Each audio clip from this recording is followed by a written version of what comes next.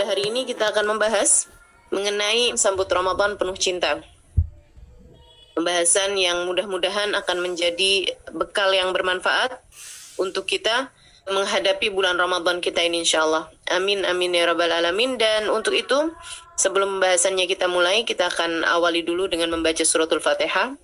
Sembari kita minta kepada Allah Subhanahu wa taala, semoga Allah jadikan apa yang akan kita dengar menjadi ilmu yang bermanfaat bagi kita sekalian, menjadi ilmu yang tak hanya masuk dari telinga kanan kemudian keluar dari telinga kiri, akan tetapi menjadi ilmu yang disimak dengan kedua telinga kita, dimasukkan ke dalam hati kita, menjadi cahaya yang menerangi seluruh anggota tubuh kita, sehingga dengannya kita dapat menjalankan sesuai dengan apa yang Allah Subhanahu wa taala inginkan untuk kita lakukan.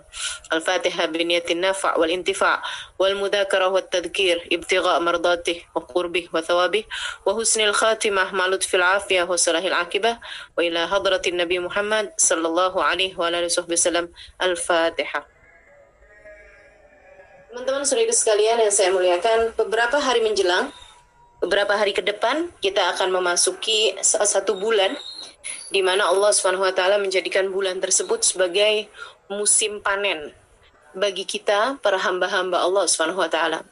Bulan diskon ya bagi orang-orang yang selama ini tak mampu belanja banyak, tak mampu beribadah banyak. Pada bulan Ramadan ini merupakan bulan kita untuk mampu melakukan itu, sebab amal ibadah di bulan Ramadan ini adalah berlipat-lipat ganda di hadapan Allah Subhanahu wa taala, menjadi satu bulan yang penuh dengan kebaikan-kebaikan yang berlipat-lipat gandanya. 70 kali lipat, demikian kata Nabi Muhammad SAW. Itu masih yang aslinya, belum lagi dengan rahmat karunia Allah Subhanahu wa taala, Allah melipat-lipat gandakan lagi yang 70 itu hingga menjadi 700, bahkan 7.000.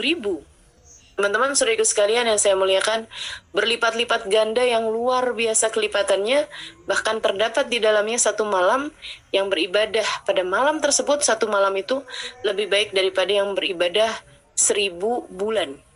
Bukan hanya 1000 kali lipat, akan tetapi 1000 bulan. Jadi 1000 dikali 30 lagi.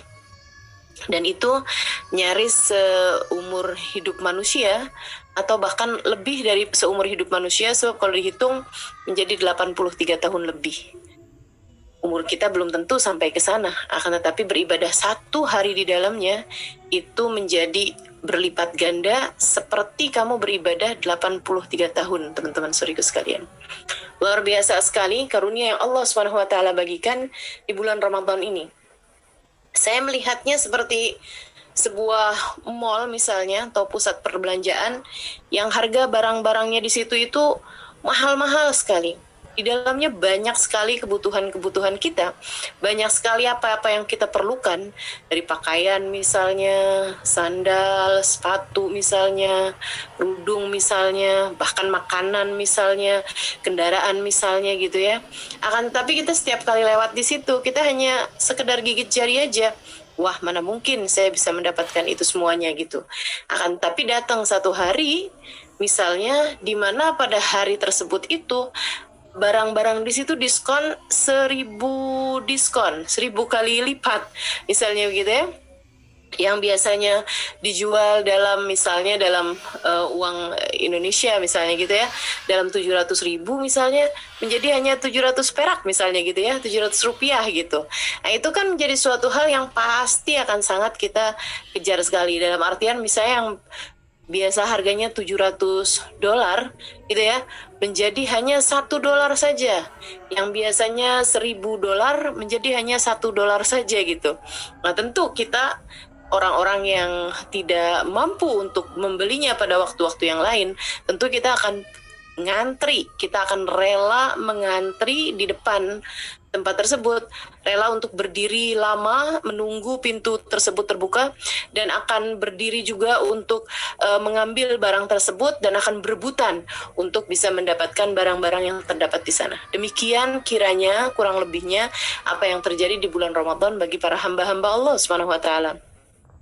Teman-teman saudara sekalian yang saya muliakan, karena memang Ramadan ini untuk kita, Ramadan ini adalah tanda cinta Allah Subhanahu wa taala untuk kita. Kita, teman-teman suriku sekalian, yang pada hari-hari biasa begitu malas untuk beribadah, begitu perhitungan untuk beribadah pada Allah Subhanahu wa taala, kita bukan para wali-walinya Allah Subhanahu wa taala yang seperti misalnya Sayyidah Rabi'ah Al-Adawiyah setiap malamnya memiliki 1000 rakaat. Tentu saja kita putus asa dari melakukan hal yang seperti itu, gitu kan ya. Kita bukan seperti misalnya Al-Imam Al-Syafi'i alaihi ridwanullah yang membaca Al-Quran sehari hatam, begitu ya.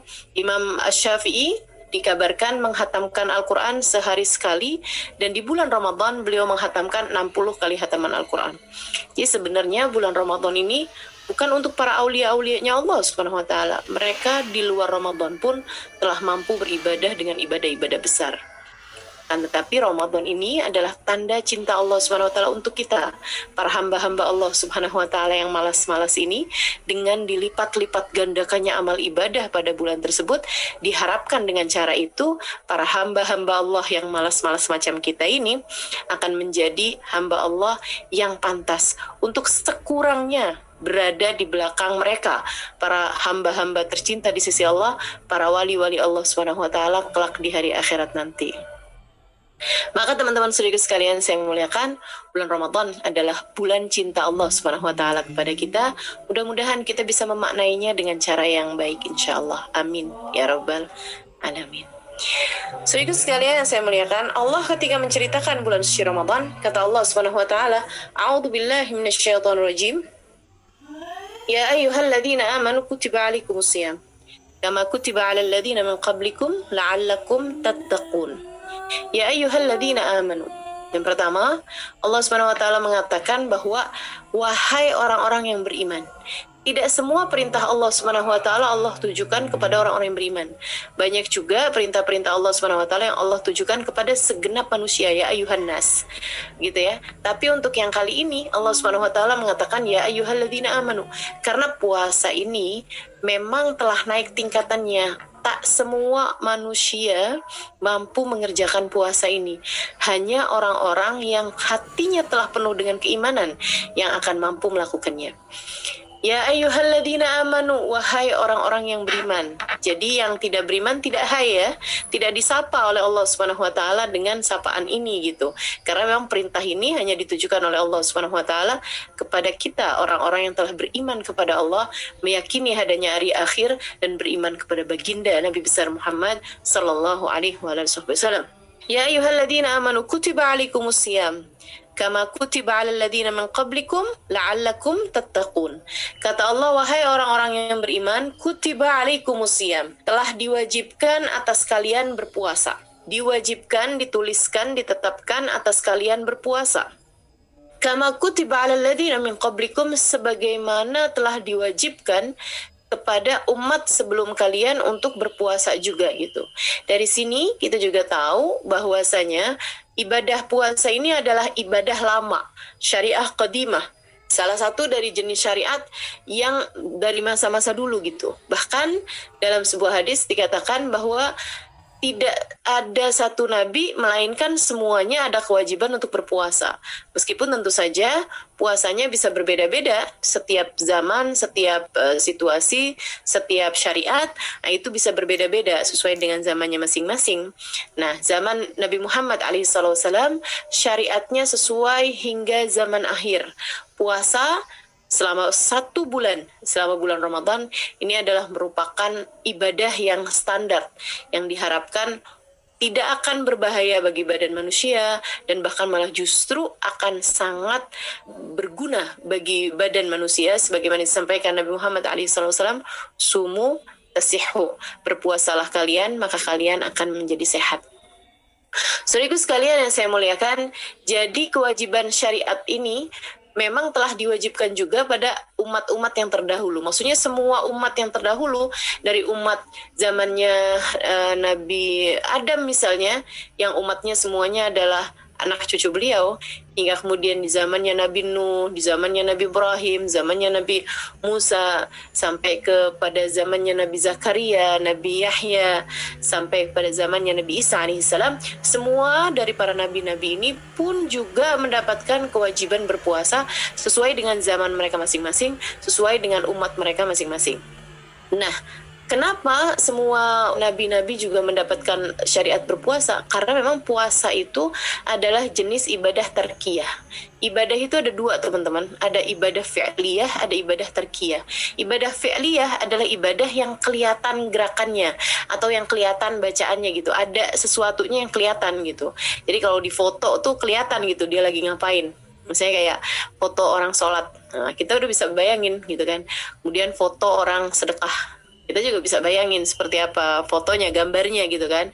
Kemudian misalnya gambar orang sedang membaca Al-Quran, nah kita juga kelihatan gitu kan. Atau suara orang sedang membaca Al-Quran, nah, itu terlihat. Apalagi foto orang sedang berhaji gitu kan ya. Nah itu tentu saja kelihatan gitu. Ada ibadah itu yang memang terlihat secara gambarannya, secara jelas gitu. Nah, puasa itu bukan jenis ibadah yang fi'liyah semacam itu, dia adalah jenis ibadah tarkiyah. Jenis ibadah tarkiyah. Karenanya, nah tuh saya dengar ceritanya, ada seorang guru meminta anak-anak murid kelas dasar ya untuk menyerahkan gambar dia sedang beribadah gitu. Semuanya kemudian menyerahkan gambar-gambar yang jelas gitu. Ada yang lagi sholat, ada yang lagi baca Quran, ada yang sedang bersedekah gitu kan. Kemudian ada seorang menyerahkan gambarnya dia sedang tidur. Gurunya bilang, ini nggak sedang ibadah nih. Dia bilang, Bu, saya lagi tidurnya itu lagi puasa gitu ya. Nah itu jadi kelihatan kan bahwa memang ibadah puasa itu tidak terlihat. Ketika kita sedang bersama-sama juga nggak kelihatan yang mana yang sedang berpuasa gitu. Karenanya ibadah puasa ini juga merupakan salah satu ibadah yang paling disukai Allah Subhanahu wa taala karena lebih mudah ikhlasnya. Karena nggak kelihatan, makanya dia lebih mudah ikhlasnya, teman-teman saudara sekalian. Sementara ibadah yang lain kan karena terlihat sehingga lebih mudah membuat orang riya, lebih mudah membuat orang pamer gitu ya. Apalagi ibadah haji yang ketika pulang jadi ada gelar haji di depan namanya gitu kan.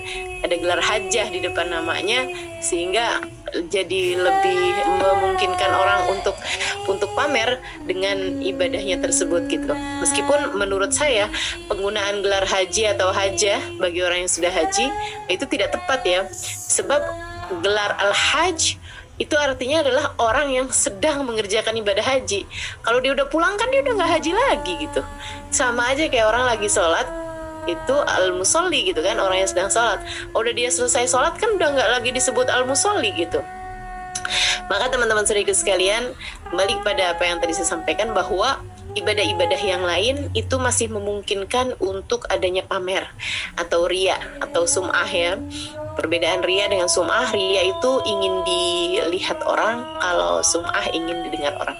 Nah sementara ibadah puasa ini lebih aman dari dilihat orang ataupun didengar orang, karena memang sebenarnya tidak terlihat dan tidak terdengar, nggak ada suaranya ya, kecuali kalau perutnya sedang sangat lapar sehingga menimbulkan suara ya. Tapi selain daripada itu saya rasa nggak juga gitu. Juga tidak ada baunya ya, kecuali mungkin bau mulutnya ya yang disebabkan karena adanya puasa tersebut, yang saya rasa juga kalau kita pandai menjaga kesehatan mulut juga tidak akan tercium aroma yang tidak sedap dari mulut kita. Jadi lebih aman dari hal ini untuk terjadinya ketidakikhlasan dalam puasa. Karenanya menjadi satu amal ibadah yang disukai oleh Allah Subhanahu wa taala sebagaimana yang disebutkan Allah dalam salah satu hadis qudsinya. Kullu amal ibni Adam lahu illa shaum fa innahu li wa ana ajzibih. Kata Nabi Muhammad alaihissalam melansir atau menyebutkan tentang firman Allah Subhanahu wa taala. Nabi Muhammad bercerita bahwasanya Allah Subhanahu wa taala berfirman, kullu amal ibni Adam lahu. Semua amal ibadah anak manusia itu adalah untuk dirinya sendiri. Semua amal ibadah seorang hamba untuk dirinya sendiri, illa shaum, kecuali puasa. Fa innahu li. Kata Allah, aku puasa itu adalah untukku, wa ana ajzibih, akulah sendiri yang akan memberikan balasannya. Akulah sendiri yang akan memberikan balasannya. Sehingga membuat bahkan para malaikat-malaikat pun itu tidak tahu berapa pahala puasa masing-masing dari kita, teman-teman saudara sekalian. Habib Umar bin Hafid, guru kita semuanya, beliau pernah mengatakan bahwasanya para malaikat itu, malaikat raqib yang mencatat amal kebaikan, malaikat atid yang mencatat perbuatan buruk seseorang, malaikat raqib itu, teman-teman saudara sekalian, ketika mencatat sebuah amal ibadah, itu lengkap dengan pencatatan pahalanya gitu. Misalnya baca Al-Quran, kalau khusyuk berapa, kalau nggak khusyuk berapa, itu semuanya tuh ada lengkap gitu pahalanya. Kalau tadabbur berapa, kalau nggak tadabbur berapa, gitu kan ya. Itu semuanya akan ditulis lengkap oleh para malaikat-malaikat, kecuali puasa. Yang puasa itu mereka hanya mencatatkan Halimah puasa, dah gitu aja gitu. Enggak mencatatkan nilai puasanya berapa. Karena yang disebutkan oleh Nabi Muhammad dalam hadis qudsi tadi yang saya sampaikan ya, fa innahu li, kata Allah, puasa itu adalah untukku. Udah, bahkan malaikat pun hanya menulis puasa gitu aja, tidak menuliskan berapa pahalanya, karena wa ana ajzibih, akulah sendiri yang akan memberikan balasannya. Aku sendiri yang akan menjadi hakim, berapa yang aku putuskan nilai pahalanya nih, layaknya dihargai berapa nih puasanya nih. Puasa hari ini nih layaknya dihargai berapa nilainya, itu Allah sendiri yang melakukannya, teman-teman saudaraku sekalian. Jadi semacam gini nih, kalau kamu punya atasan, punya bos, misalnya gitu ya, satu hari dia akan datang ke rumah kamu, teman-teman sekalian. Kemudian dia udah kasih tahu gitu, bahwa saya ingin kamu membuatkan untuk saya donat, misalnya gitu. Hari itu tentu saja tidak hanya donat yang kamu buat, kamu juga buat ada nasi, kamu juga buat ada kerupuk, kamu juga buat ada keripik juga, kamu akan suguhkan telur misalnya, kamu akan suguhkan kue-kue yang lain-lain juga, kamu akan suguhkan buah, salad, dan lain sebagainya, kamu akan suguhkan aneka ragam minuman untuk memuliakan bos kamu ini, atau majikan kamu ini ya, orang yang sangat-sangat kamu hormati ini gitu, atasan kamu ini. Nah teman-teman saudara sekalian, dia karena memang sudah bilang bahwasanya dia paling suka donat misalnya, ketika sampai di rumah kamu tersebut, dia hanya mengambil donatnya, kemudian mengatakan kepada semua orang-orang yang dia bawa serta juga dalam rombongan, kalian boleh makan yang lain, aku hanya akan mengambil donatnya.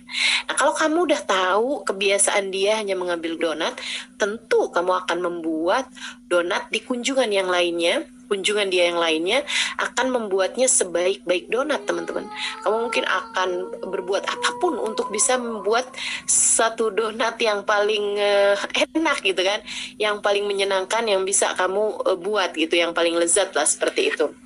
Demikian pula dengan Allah Subhanahu wa taala, ketika Allah Subhanahu wa taala mengatakan illa shaum fa innahu li wa ana ajzibih. Semua amal ibadah manusia untuk dia sendiri kecuali puasa. Puasa mereka untukku, akulah sendiri yang akan memberikan balasannya. Jadi dari semua amal ibadah kita nih teman-teman saudaraku sekalian, yang akan diambil oleh Allah Subhanahu wa taala dari ibadah kita adalah puasa kita. Adalah puasa kita, wa ana ajzibih, Allah sendiri yang akan memberikan penilaiannya. Allah sendiri yang akan menjadi jurinya. Allah Subhanahu wa taala sendiri yang akan menjadi hakimnya. Allah yang akan memutuskan mana yang diterima, mana yang ditolak.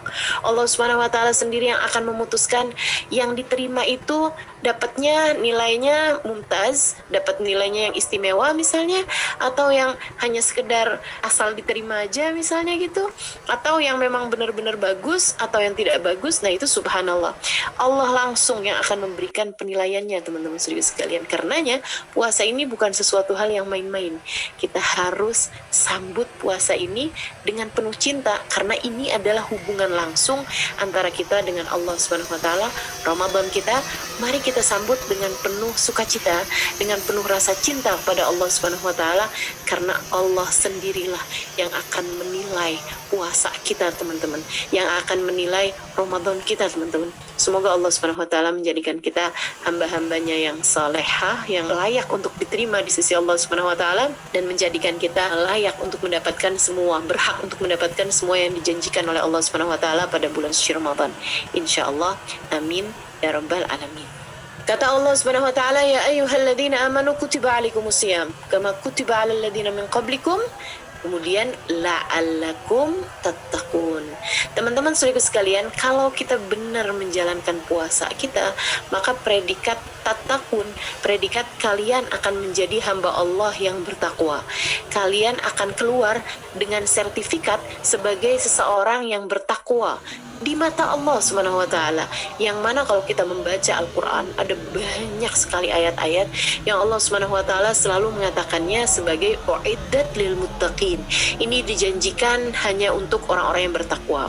Yang ini untuk orang-orang yang bertakwa. Allah Subhanahu wa taala banyak sekali menjanjikan banyak hal untuk hamba-hambanya yang bertakwa.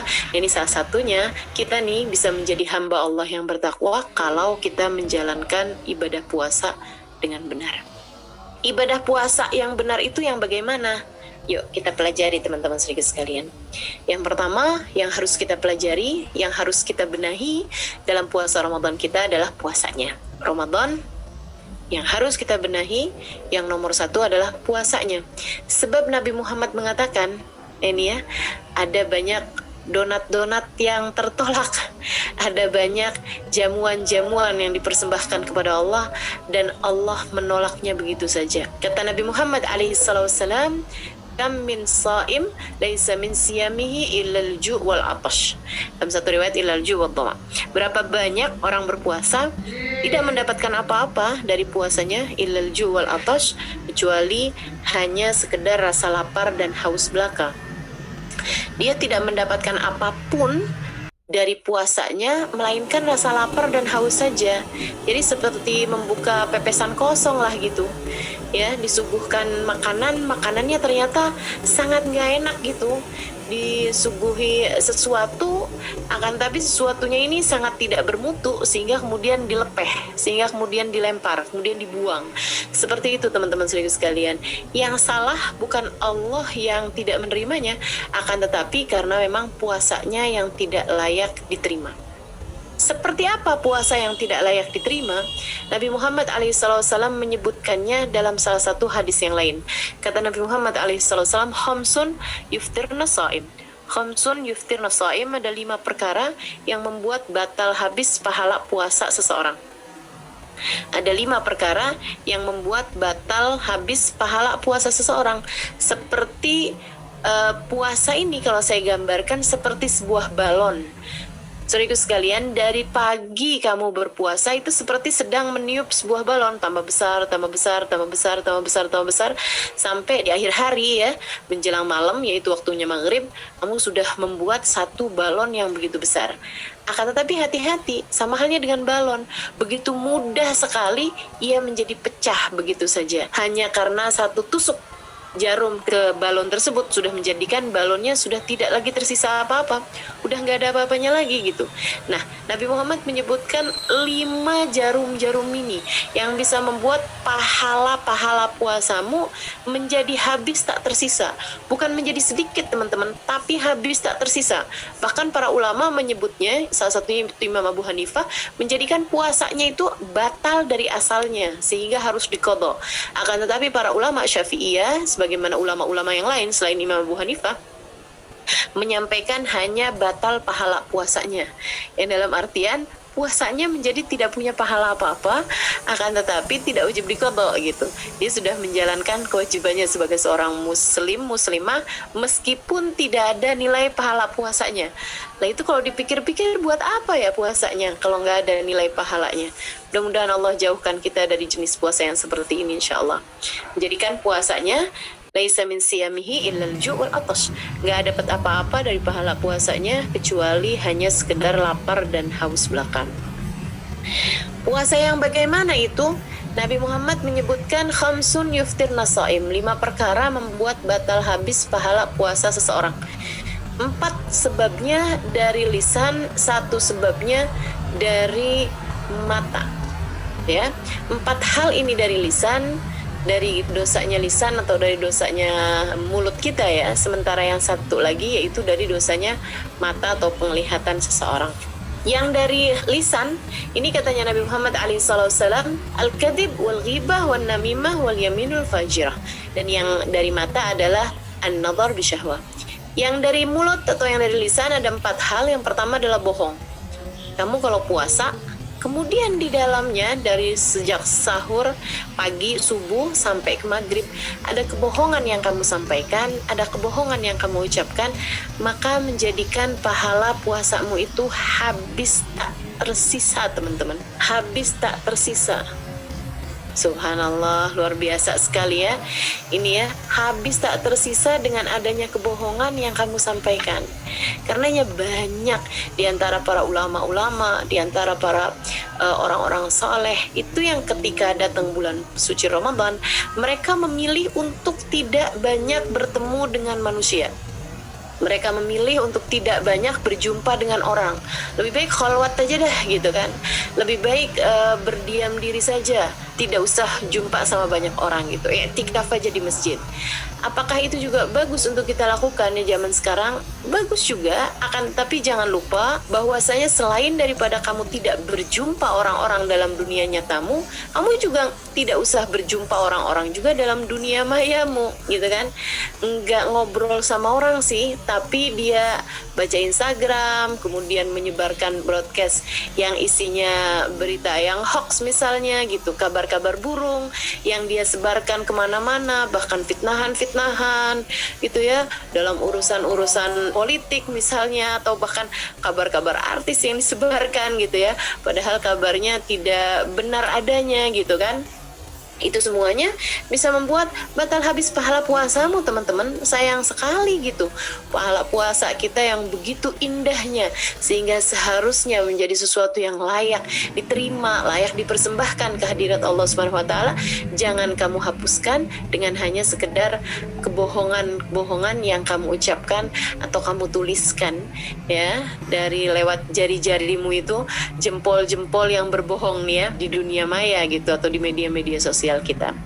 Baik, itu satu. Kemudian yang kedua, teman-teman saudaraku sekalian, oh ya, masalah kebohongan ini bahkan kepada orang-orang terdekat kita ya, yang harus kita hindari, yang harus kita hati-hati adalah jangan sampai di bulan suci Ramadan kamu berbohong, terutamanya kepada orang-orang yang ada di sekitar kamu.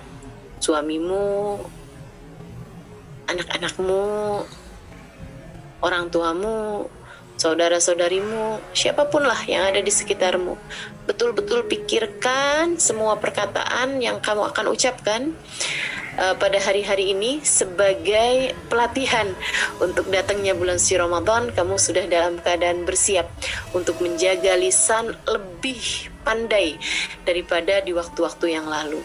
Karena memang lisanmu ini sangat berbahaya nih di bulan suci Ramadan, yang akan menjadikan puasamu mudah untuk menjadi puasa yang tertolak di sisi Allah Subhanahu wa taala.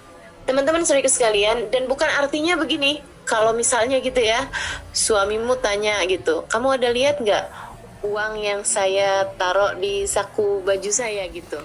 Kamu ada lihat nggak? Nah, itu uangnya padahal udah kamu ambil gitu kan.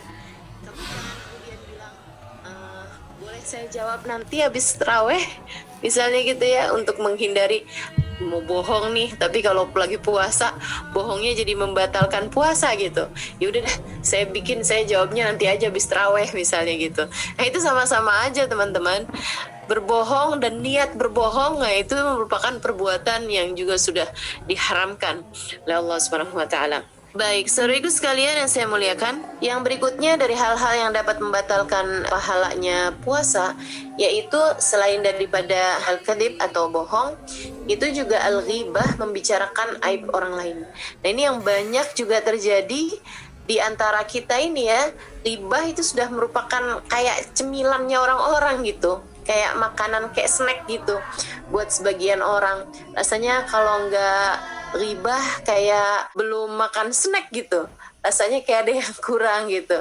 Nah, itu juga yang harus kita latih nih dalam hari-hari ini, lisan kita nggak menjadi lisan yang mudah berghibah, baik secara langsung ataupun ghibah di media sosial kita ya, atau berghibah di misalnya di grup-grup WhatsApp dan lain sebagainya gitu. Karena ternyata ghibah ini ada sesuatu hal yang dapat membatalkan habis pahala puasa kita.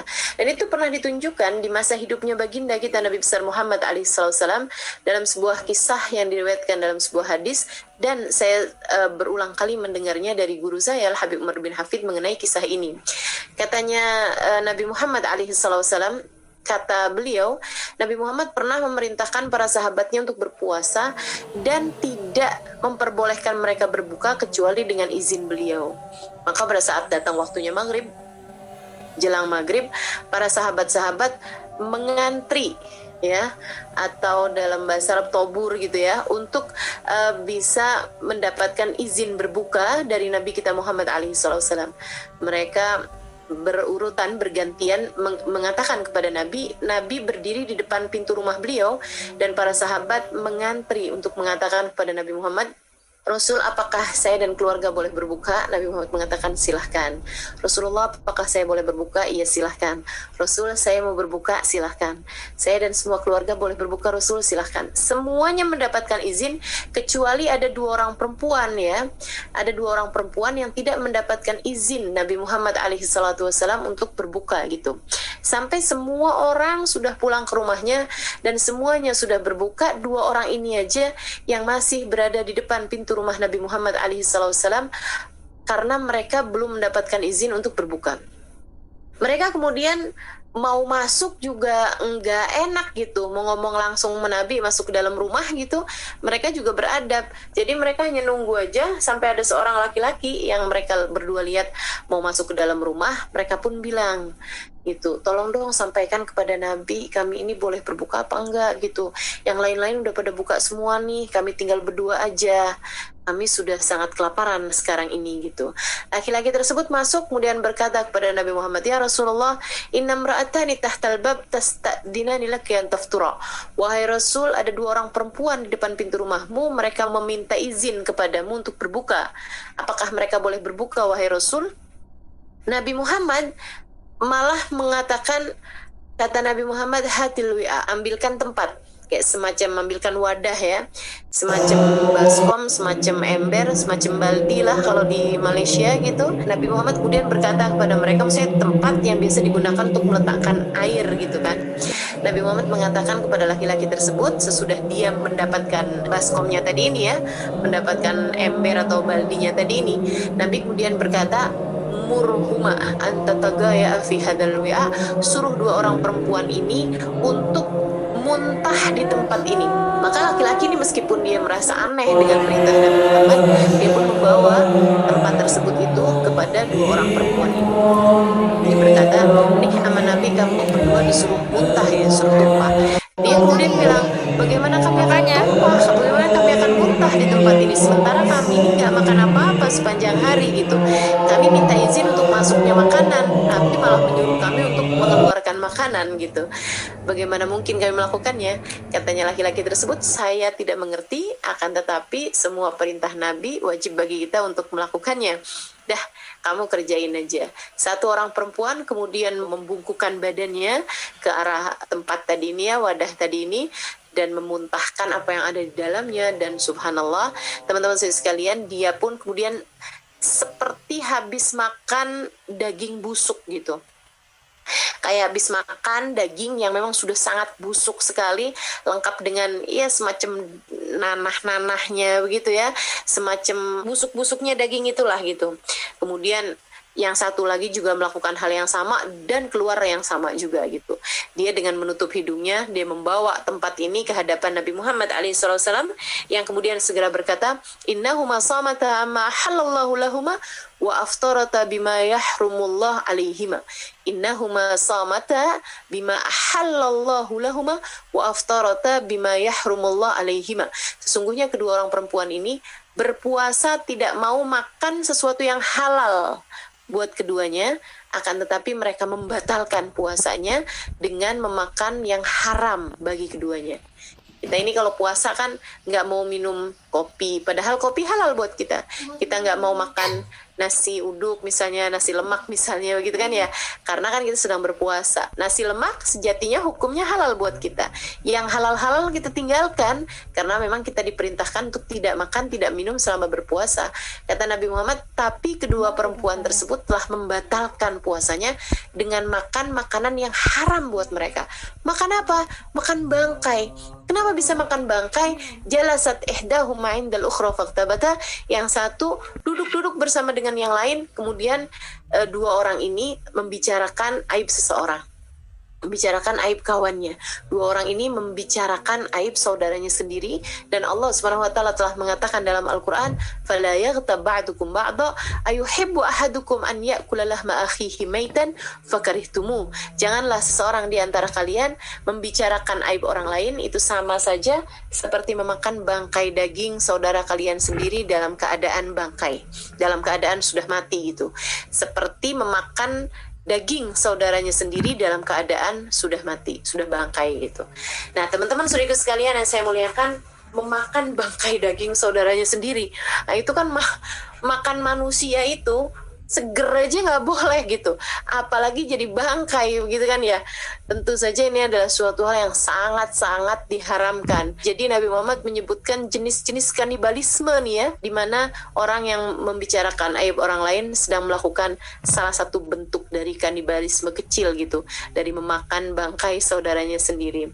Naudzubillah min dzalik. Mudah-mudahan Allah Subhanahu wa taala menjadikan kita selamat dari bahayanya ghibah dan kita bisa menghindarinya selama bulan suci Ramadan. Insya Allah, mudah-mudahan Allah jaga kita, Allah menangkan kita menghadapi hawa nafsu dan hawa nafsu kita selama bulan suci Ramadan, dengan cara kita tidak melakukan apa yang diharamkan oleh Allah Subhanahu wa taala, terutamanya yang dapat membatalkan pahala puasa kita. Amin ya rabbal alamin. Dan ghibah ini teman-teman sekalian adalah dzikra akhakal muslim bima yakrah lau sami'ah, menyebutkan sesuatu hal tentang orang lain, tentang saudara kita sama muslim ya, sesuatunya tersebut itu kalau dia dengar dia nggak suka gitu, kalau dia dengar dia nggak suka, termasuk membicarakan anaknya yang masih kecil, termasuk membicarakan karyanya, misalnya gitu ya. Ustazah Halimah nih bikin buku apaan sih, nggak bermutu, sampah, misalnya begitu ya. Nah, kalau kamu lakukan itu di bulan Ramadan gitu, saya kalau saja mendengar ucapanmu tersebut, saya tentu tidak akan suka gitu ya.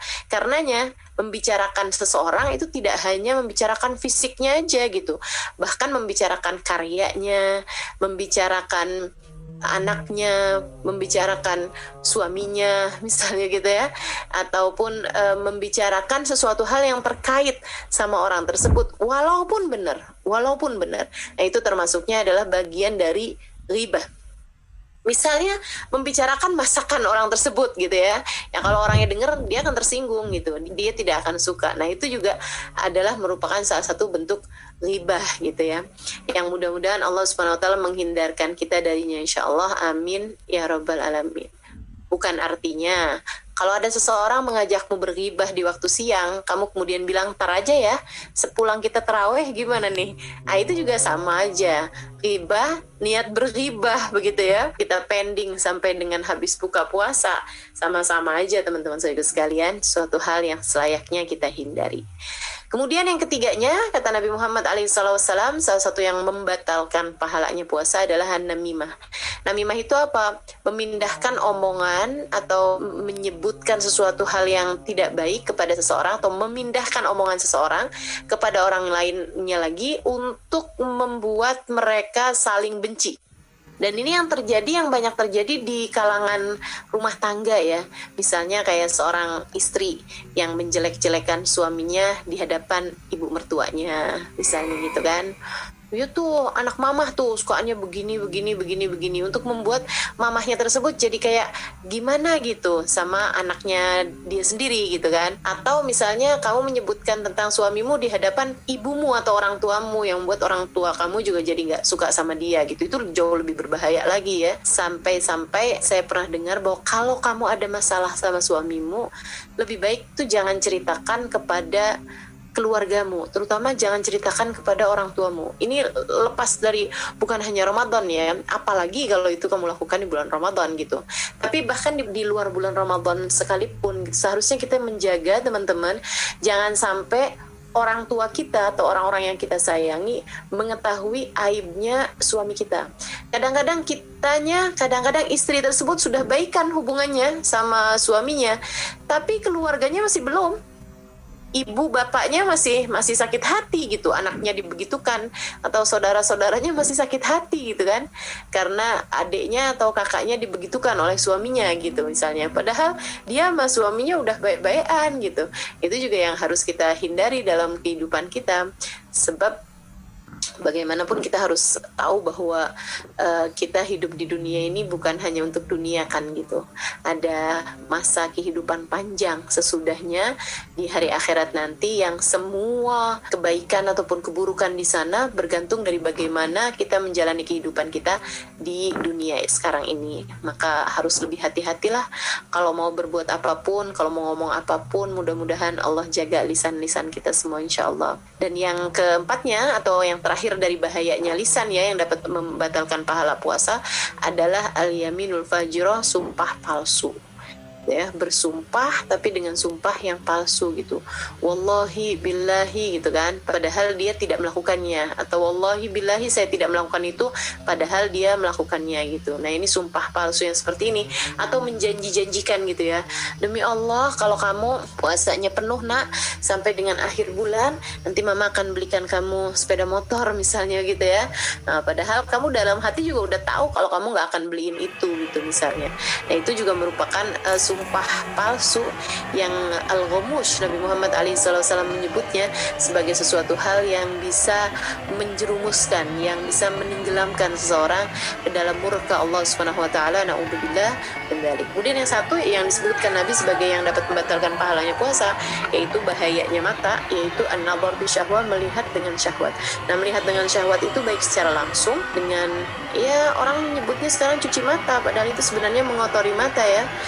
Cuci mata, saya mau pergi ke mall misalnya gitu ya, lihat-lihat yang lucu-lucu.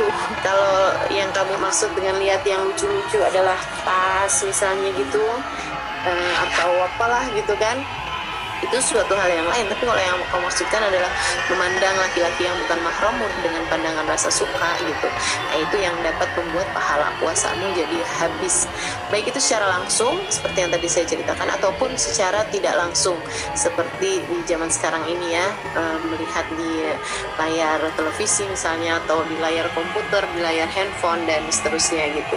Itu semuanya, ataupun di majalah misalnya, atau di buku dan seterusnya. Nah, itu juga merupakan hal-hal yang dapat membatalkan pahala puasa kita, bahkan kepada yang halal. Bahkan kepada yang halal, memandang dengan syahwat bahkan kepada yang halal. Siapa yang halal dipandang dengan syahwat? Yaitu suami terhadap istrinya atau istri terhadap suaminya. Halal boleh dilakukan, tapi di bulan Ramadan tidak diperkenankan. Jangan memandang kepada yang halal sekalipun dengan pandangan syahwat gitu. Hindarkan hal yang seperti itu untuk menjadikan puasa kita betul-betul menjadi puasa yang layak, menjadi hubungan antara kita dengan Allah Subhanahu wa ta'ala. Karena memang juga saya semacam kurang setuju ya dengan maraknya orang-orang yang nikah jelang-jelang puasa gitu. Nah, bukan berarti nggak setuju bagaimana gitu, cuman dia harus lebih mampu menjaga puasanya sih, karena kan jadi lebih berat aja gitu. Awal-awal puasa kan biasanya tegangannya itu lebih tinggi gitu ya, atau kalau ibarat listrik itu tekanan listriknya itu kan lebih tinggi tuh, di voltasenya gitu ya, lebih tinggi dibandingkan dengan yang sudah menikah cukup lama gitu. Dan mudah-mudahan para pengantin-pengantin baru kita lebih mampu menjaga keharmonisan rumah tangganya insya Allah, meskipun menikah sebelum Ramadan gitu, jelang-jelang Ramadan. Nah, itu bisa menggantinya dengan waktu malam boleh-boleh aja sih, yang penting siangnya itu harus benar-benar terjaga gitu. Teman-teman saudara sekalian yang saya muliakan, nah, kalau puasa kita sudah tepat seperti apa yang tadi telah disampaikan ya, aman dari ghibah, aman dari namimah, aman dari nadhar bisyahwah, aman dari bohong, aman dari sumpah yang palsu gitu, sumpah yang tidak benar ya. Maka kita perlu juga menjadikan puasa Ramadan kita itu sebagai amalan yang bisa membawa kita kepada ridha Allah Subhanahu wa taala dengan ibadah malamnya.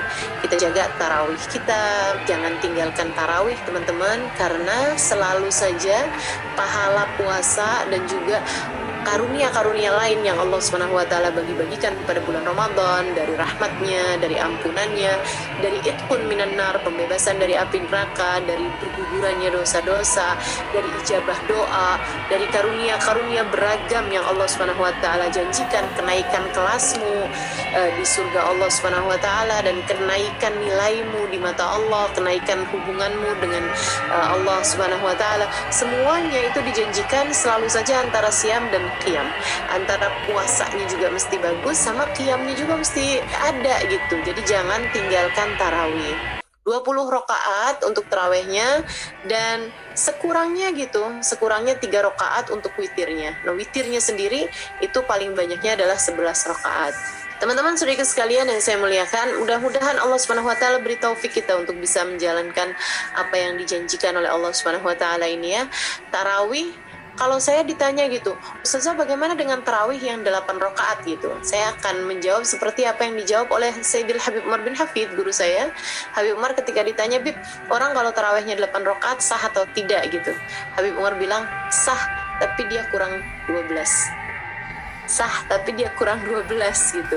Jadi ya saya juga jawab dengan yang sama juga. Kalau ada orang nanya sama saya, Ustazah tarawih 8 rakaat sah apa enggak? Sah-sah aja sih, boleh-boleh aja silahkan. Tapi ya kalau bisa ditambahin 12 lagi gitu, biar maksimal menjadi 20 rakaat. Karena memang sejatinya tarawih itu sudah sah bahkan dari 2, tapi 4 lebih bagus, 6 lebih bagus lagi, 8 lebih bagus lagi, 10 lebih bagus lagi, 12 lebih bagus lagi, dan seterusnya sampai dengan 20 adalah bilangan terbaiknya. Teman-teman saudara sekalian, dan apa yang kita lakukan dari sholat taraweh 20 rakaat dengan sekitar 1 jam ya, dengan witirnya sekali 3 rakaat itu biasanya kan 1 jam saya rasa udah selesai gitu, atau paling lama ya 1 jam setengah mungkin seperti itu ya. Kalau di negara-negara kita ini kan kita jalaninya seperti itu menurut saya adalah ibadah yang sangat-sangat standar. Saya nggak pernah dapetin satu cerita di mana ambulan didatangkan untuk membawa orang yang selesai taraweh karena dia benar-benar terkuras energinya atau sampai dengan sakit gitu ya, karena dia kebanyakan taraweh gitu. Jadi saya rasa itu adalah merupakan ibadah yang standar saja, yang sebaiknya jangan dikurang-kurangin lagi lah dari itu gitu. Jangan juga terlalu cepat ya tarawehnya, nikmati sebagai satu ibadahmu yang memang kamu persembahkan hari-harimu itu di bulan Ramadan untuk Allah SWT insyaallah. Kemudian selain daripada itu juga memperbanyak membaca Al-Quran, kemudian memperbanyak bersedekah. Dan afdolnya sedekah pada waktu bulan Ramadan itu adalah dengan memberikan bukaan puasa, tentu saja bagi yang berpuasa ya, memberikan bukaan puasa bagi orang-orang yang tidak mampu untuk berbuka puasa gitu, atau bahkan mengundang buka puasa kepada orang-orang lain, memberikan bukaan puasa ya kepada orang-orang lain gitu. Nah teman-teman saudara sekalian, memberikan jamuan kepuasa kepada orang lain. Nabi Muhammad SAW menyebutkan mengenai hal ini, man aftara shaiman falahu mithlu ajri la yanqus min dzalika syai'a. Siapa yang memberikan bukaan puasa bagi orang yang berpuasa, maka dia mendapatkan pahala yang sama dari orang yang berpuasa tersebut tanpa berkurang sedikit pun juga. Kemudian Habib Umar juga mengatakan mengenai sedekah di bulan Ramadan, beliau mengatakan lebih baik kamu bersedekah secara terus-menerus selama bulan suci Ramadan, walaupun sedikit, daripada kamu bersedekah sekali sedekah banyak tapi hanya 1 atau 2 kali aja selama bulan suci Ramadan gitu ya. Jadi lebih baik kita bersedekah walaupun sedikit-sedikit gitu setiap harinya, itu lebih baik daripada kalau kita bersedekah hanya sekali 2 kali aja selama bulan suci Ramadan. Kenapa? Karena bulan suci Ramadan itu menjanjikan banyak karunia yang kita nggak pernah tahu kapan waktunya turun, hari-hari kapan yang waktunya turun, bisa macam-macam gitu. Ibarat hujan, bulan Ramadan itu adalah bulan yang dituruni hujan rahmatnya Allah Subhanahu wa taala yang sangat banyak, kadang gerimis, kadang deras. Nah kita nggak pernah tahu yang kapan derasnya, kapan banyaknya gitu hujan-hujan rahmat tersebut. Karenanya lebih baik kita berderma atau bersedekah dari waktu yang ke waktu gitu. Setiap hari kalau bisa kita usahakan ada sedekahnya walaupun sedikit. Salah satu dari ibadah lain selama bulan suci Ramadan adalah i'tikaf. Salah satu ibadah yang lain pula di bulan Ramadan adalah memperbanyak membaca Al-Quran. Dan ibadah yang lain pula di bulan Ramadan, jangan meninggalkan sahur walaupun kita kuat puasa tanpa sahur. Kemudian selain daripada itu adalah memperbanyak pikir. Dan pikiran yang paling bagus untuk kita baca di bulan suci Ramadan adalah apa yang disebutkan oleh Nabi Muhammad SAW. Ada 4 hal, ya, 2 hal kata Nabi Muhammad yang Allah ridhoi, sementara 2 hal lagi khaslatan la ghina lakum anhuma, 2 perkara lagi yang sangat kalian perlukan. Wa amal khaslatan, adapun 2 perkara turdun bihi rabbakum, yang membuat Allah ridho dari kalian, yaitu antashhad an la ilaha illallah, itu antastaghfirun, yaitu bersyahadat la ilaha illallah dan juga untuk kalian beristighfar padanya.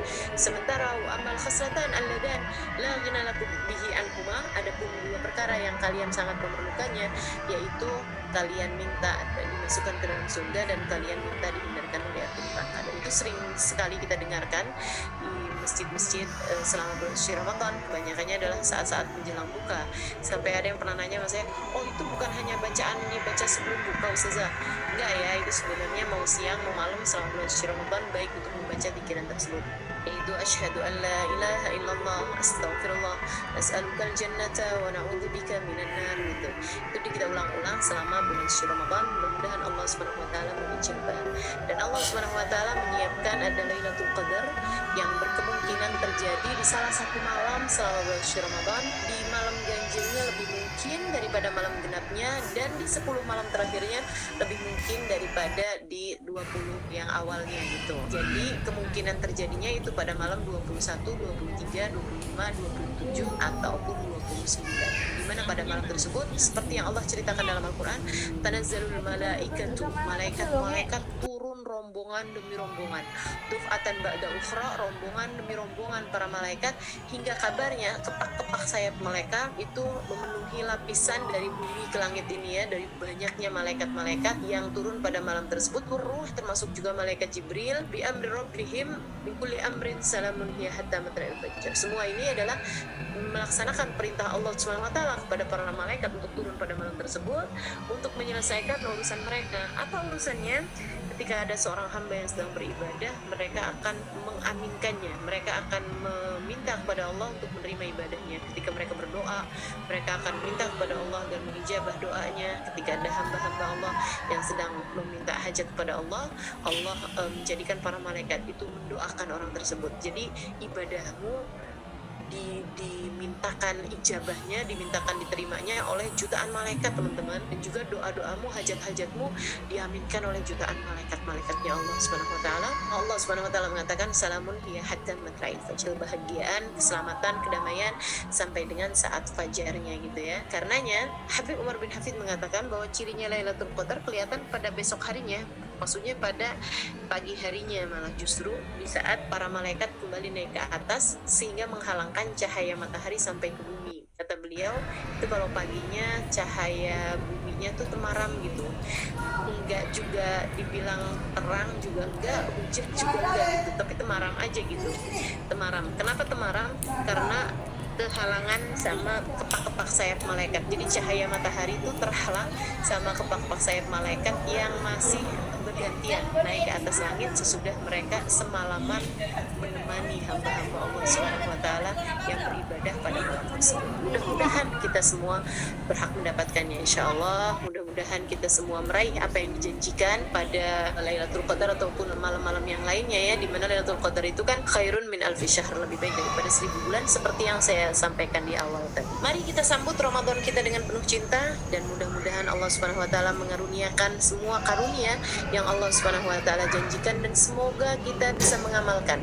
Sekali lagi yang saya sampaikan di awal, semoga ilmu yang kita dengar pada hari ini tidak hanya menjadi sesuatu yang masuk telinga kanan keluar telinga kiri gitu ya, akan tetapi menjadi ilmu yang kita simak dengan kedua telinga kita masukkan ke dalam hati kita, menjadi cahaya yang menerangi seluruh anggota tubuh kita menjalankannya sesuai dengan apa yang Allah Subhanahu wa taala mau, apa yang Allah Subhanahu wa taala inginkan, insyaallah.